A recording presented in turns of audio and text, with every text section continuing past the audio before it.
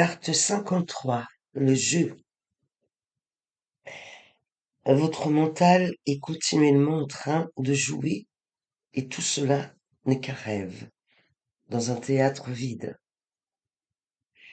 Tandis que vous méditez, portez votre regard sur ce mental qui ne fait que s'amuser, pareil aux enfants, débordant d'énergie, qui s'amusent et courent partout. C'est tout. Les pensées surgissent et gambadent. Ce n'est qu'un jeu. Ne les prenez pas au sérieux. Même quand une mauvaise pensée se présente, ne culpabilisez pas. Ou si au contraire, une pensée très noble, une très belle pensée, vous voulez servir l'humanité, transformer le monde entier et amener le paradis sur terre, n'en nourrissez pas votre ego. Ne pensez pas que vous êtes devenu formidable. Ce n'est qu'une des facettes du jeu du mental. Parfois il s'élève, parfois il tombe, il déborde simplement d'énergie et prend toutes sortes de formes et d'apparences. Introduisez la dimension du jeu dans tous les aspects de votre vie.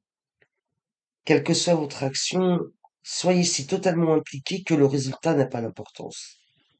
Le résultat viendra, c'est normal, mais il n'est pas présent dans votre esprit. Vous, vous jouez, vous vous faites plaisir. C'est ce que veut dire Krishna lors de la Mahabharata, la grande guerre rapportée par la Gita. Quand il dit à son disciple Arjuna de laisser le futur entre les mains du divin, le résultat de vos actions est entre les mains du divin, et vous, contentez-vous d'être dans l'action elle-même. Ce simple agir devient un jeu. C'est ce qu'Arjuna a du mal à comprendre, car il dit, si ce n'est qu'un jeu, alors pourquoi tuer, pourquoi combattre? Mais la vie entière de Krishna n'est qu'un jeu. Vous ne trouverez jamais quelqu'un de moins sérieux. Toute sa vie est un jeu, un amusement, une pièce de théâtre. Il aime tout, mais sans rien prendre au sérieux. Il l'aime intensément, mais sans s'inquiéter du résultat. Ce n'est pas le résultat qui est essentiel. C'est difficile pour Arjuna de comprendre Krishna, parce qu'Arjuna calcule. Il pense en termes de résultat final. Il dit au début de la Gita, tout cela semble absurde. Des deux côtés se tiennent ma famille, mes proches, mes amis, prêts à se battre.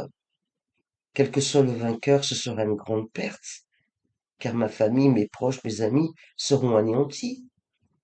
Même si je suis vainqueur, ça n'en vaudra pas la peine, car à qui vais-je montrer ma victoire?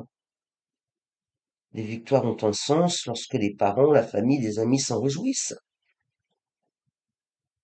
Mais il n'y aura plus personne. La victoire aura lieu parmi des cadavres. Qui l'appréciera? Qui dira, Arjuna, tu as réalisé une action d'éclat. Alors vainqueur ou vaincu, tout cela est absurde, n'a aucun sens. Il veut renoncer. Il est mortellement sérieux comme quiconque vivant dans le calcul. Le texte de la Gita est unique. Rien n'est plus sérieux que la guerre. On ne s'en amuse pas parce que des vies sont en jeu, des millions de vies. Ce n'est pas un jeu. Mais Krishna maintient que, même dans ce cas, vous devez garder l'esprit du jeu. Vous ne devez pas penser au résultat final, mais rester simplement dans le moment présent. Ne soyez qu'un guerrier. Jouez au guerrier. Ne vous inquiétez pas du résultat, car le résultat est entre les mains du divin. Et ce n'est même pas important que le résultat soit ou non entre les mains du divin. L'essentiel, c'est qu'il n'a pas à être entre vos mains. Ce n'est pas à vous d'en porter la responsabilité. Si le résultat doit dépendre de vous, alors votre vie ne peut pas devenir méditative.